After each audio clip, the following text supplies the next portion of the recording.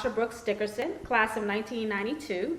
I'm currently a family medicine physician. I'm working at a concierge medicine medical practice, Welcome MD. And I have a skin line, Even Skincare RX, and accomplished author. read a book.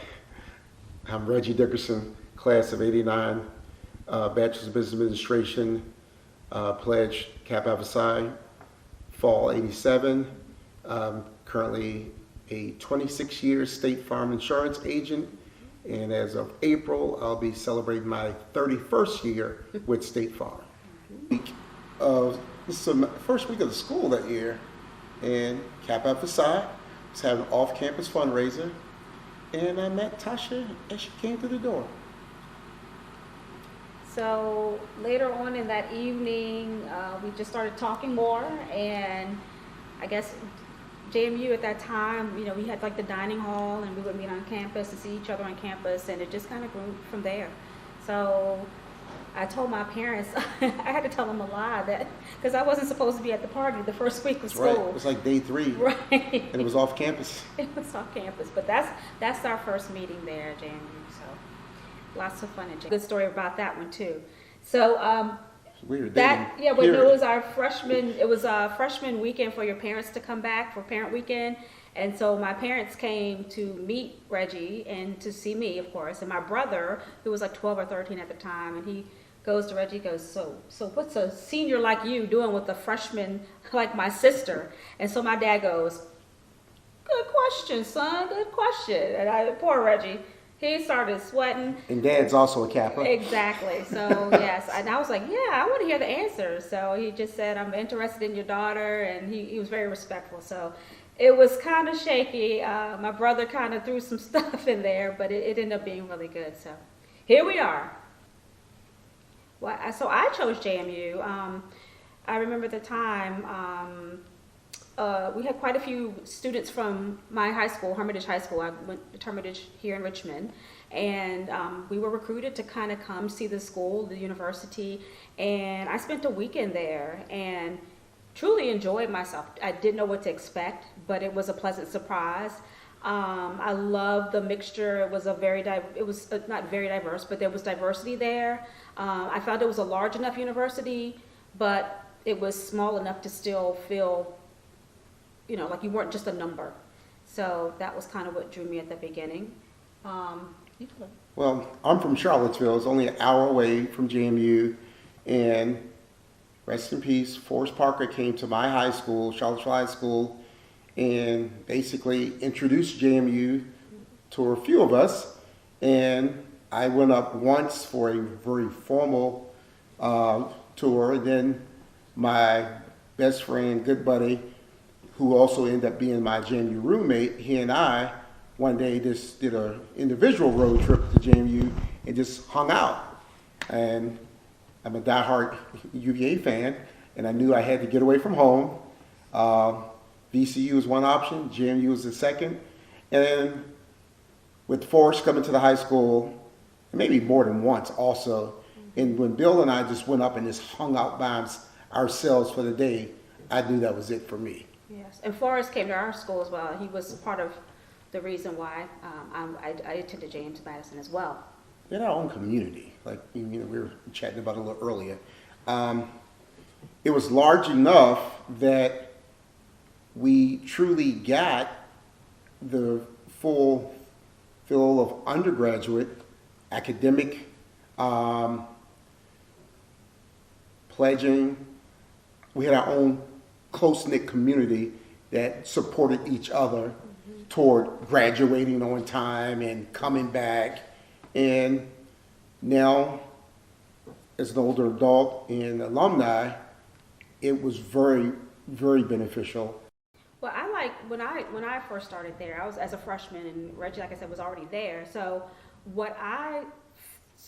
my first weeks there, what I liked about it is that as you walk along the campus, the upperclassmen would just instantly speak to you, whether they knew you or not. And it kind of set the tone for the freshmen. So we just followed suit and started speaking back. if you saw another African American student or another black student, you just instantly started speaking. It wasn't like I had to know you. It was like, I know you, but I don't know you. And we were going to get to know each other. And after a few months, you kind of, if you chose to, you kind of knew pretty much in the mix. all the African American students. And they were supportive. They wanted, they wanted to speak to you. They wanted to kind of and help. Yeah, show you the ropes and make sure you were doing okay. If that's what you chose, if that's the opportunity that you wanted to partake in. And I really like that. And I didn't realize until like after I got out and realized that's not how it is everywhere, how beneficial that was, and that support was good. So that I really found that to be a really good, and I started there with a very close friend, so I had that support going in. Well. So I think we were a little different. Sometimes when you go to college, it doesn't matter what nationality or ethnicity you are, it can be difficult meeting friends and things of that nature. But starting there with someone and then having that extra community there that was created, it was very helpful. You also had people from home that were already there too. Which from the recruiting process, it also helped. And so you had like friends who had their brother or their sister that was there. So it was layers. It wasn't there like you were there by yourself. So. The mushroom or something, that little mushroom that was outside. Everybody would meet at that central area. That may not be the right place. Yeah, strolling. The kiosk outside of the D hall. It was, and then the Union. Strolling through the Union together. That was. So those are areas that the central areas where you knew to kind of meet once or twice throughout the day to kind of see people that you knew.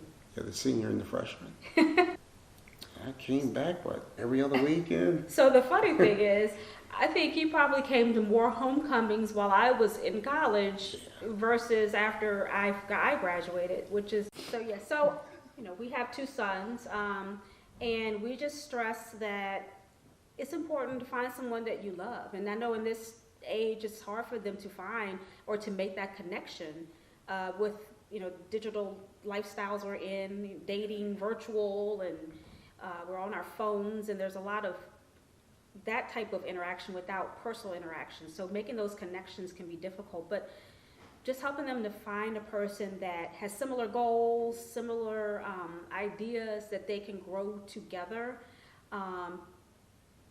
that they love each other. Not I just love you, you love me, but that they can grow together and raise a family.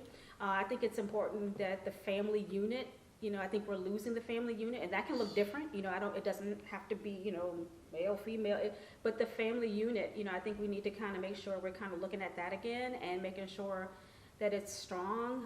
I know life throws things at us that you may not be able to control, but find the person that you connect with. May start off with just your goals, your ideas. Love obviously is important, and then grow from there and grow your family and try to stay together. It's not easy, it's not perfect, and I think sometimes, with Instagram, you see people with perfect love, and that doesn't exist, but helping them to understand that it gets messy sometimes, and that's real love, when you can get through the mess and still be together. It's okay to have mess, but work through it and be able to talk to each other, and that's important. We've always had each other's back, number one, and supported each other's goals and dreams, and we've been very blessed and obtained quite a few of our goals and dreams, and we share that with our sons. Make sure that that person has your back, and like Tasha said, it's not one-sided. You're there for each other, good, bad, and support. Because the world has changed dramatically since we started dating. And like Tasha said, the social media stuff is just beyond crazy. So you can't get caught up in that. You have to, create what is good for you and your partner.